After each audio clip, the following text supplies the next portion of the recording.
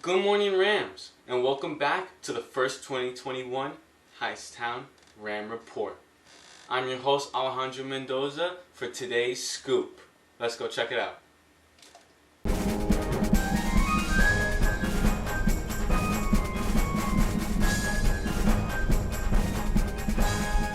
First up, we have national news that's on everyone's mind. What was supposed to be the certification of the presidential election on Capitol Hill became a horrifying and unprecedented scene of mayhem. Here's Tilak Patel with more on the story.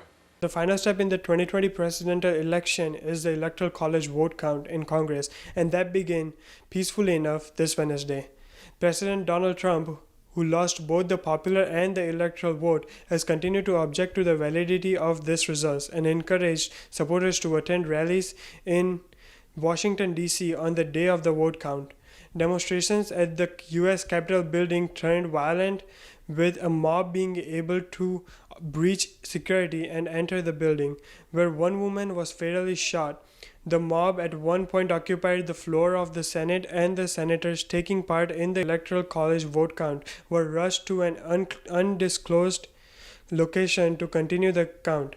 In the House, representatives sheltered inside their chambers and were told to wear gas masks and hide under their seats. By 5 p.m., law enforcement was able to retake the ground and arrest many of the protests. Donald Trump denounced the riots in a video posted to Twitter, but later made a statement that he loved them and repeated his false accusation that the election had been stolen.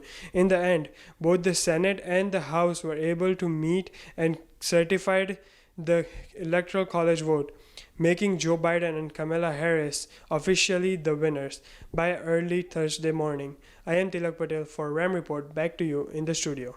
Thank you, Tilak. Hopefully it does not set a bad precedent for the coming months. For our next story, culture. For the first few months, we're going to see a lot of new releases in the entertainment industry. Here's Matthew Salter with more information. With 2020 over, unfortunately we still have to deal with quarantine, but we can look forward to the variety of new media releasing this year. For example, Cobra Kai, the acclaimed Karate Kid spin-off Netflix series, was released on the 1st of the month. Marvel Studios alone has a plethora of new content releasing this year, like The Falcon and the Winter Soldier and Loki, which will be debuting on Disney Plus in March and May, respectively. In terms of music, Drake, one of the biggest artists in the world, is slated to release his highly anticipated album, Certified Lover Boy, this month. Travis Scott, another massively popular artist, will be releasing his album, Utopia, at some point this year. Hopefully these anticipated releases will live up to our high expectations. I'm Matthew Salter with the Ram Report. Back to you. Thanks, Matt. Hopefully the new media turns out this year. For our next story, winter sports. Well, this is a topic we kind of bring up a lot. So, the Board of Education decided it's coming back January 11th. Next, Zoom fatigue. Have you ever felt like you can't focus in Zoom? Well, you're probably not the only one. But hang in there. We might have a solution for you. Here's Laura Pavlovic with more on it. One of many challenges that has arisen during the remote learning period has been Zoom fatigue. Many students are tired of online school and feel bogged down by their schoolwork. There are a few strategies that students here at Heisttown High School have found to combat this new form of stress. A few catch-all tips to avoid remote fatigue include budgeting time away from the computer, avoiding multitasking during calls, and adjusting the blue light on your screen so that it's less irritating. Next Wednesday at 6, an online seminar is being held to arm parents with knowledge to help students deal with Zoom fatigue. You can find out more about it on the EWRSD website.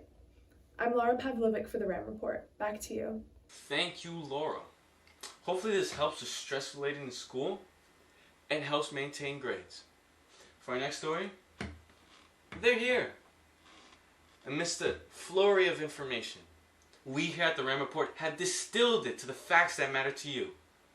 To you, HHS. You. Here's my man Parker with pressing information. Take it away, Parker. Now that there are recommended and authorized COVID-19 vaccines in the United States, here are some things that you need to know about the vaccination program and the vaccines themselves. All of this information comes directly from the CDC.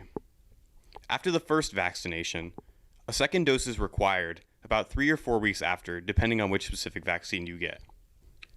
Side effects may include flu-like symptoms, but they should go away in a few days after receiving the vaccination.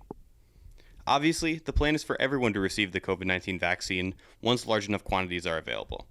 And once they are available, the plan is to set up several thousand vaccine distribution facilities in hospitals, pharmacies, doctors' offices, and federally qualified health centers.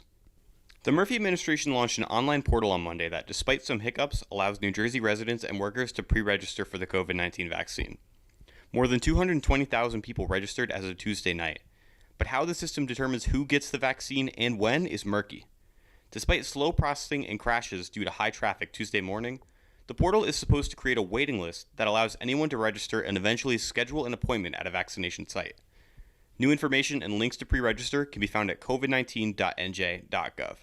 It's important for everyone to continue using all of the tools available to help stop this pandemic as we learn more about how COVID-19 vaccines work in real-world situations. Cover your mouth and nose with a mask when around others, stay at least 6 feet away from others, avoid crowds, and wash your hands often. I'm Parker Bennick with the RAM Report. Back to you in the studio. Thank you, Parker. That's some pretty good information you got there. Well, hopefully it keeps our Rams safe. Well, that concludes the first RAM Report of 2021.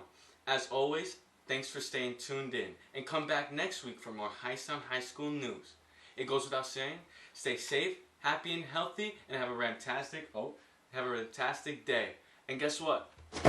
I'm not even this tall. Yo, I'll see you later. Goodbye.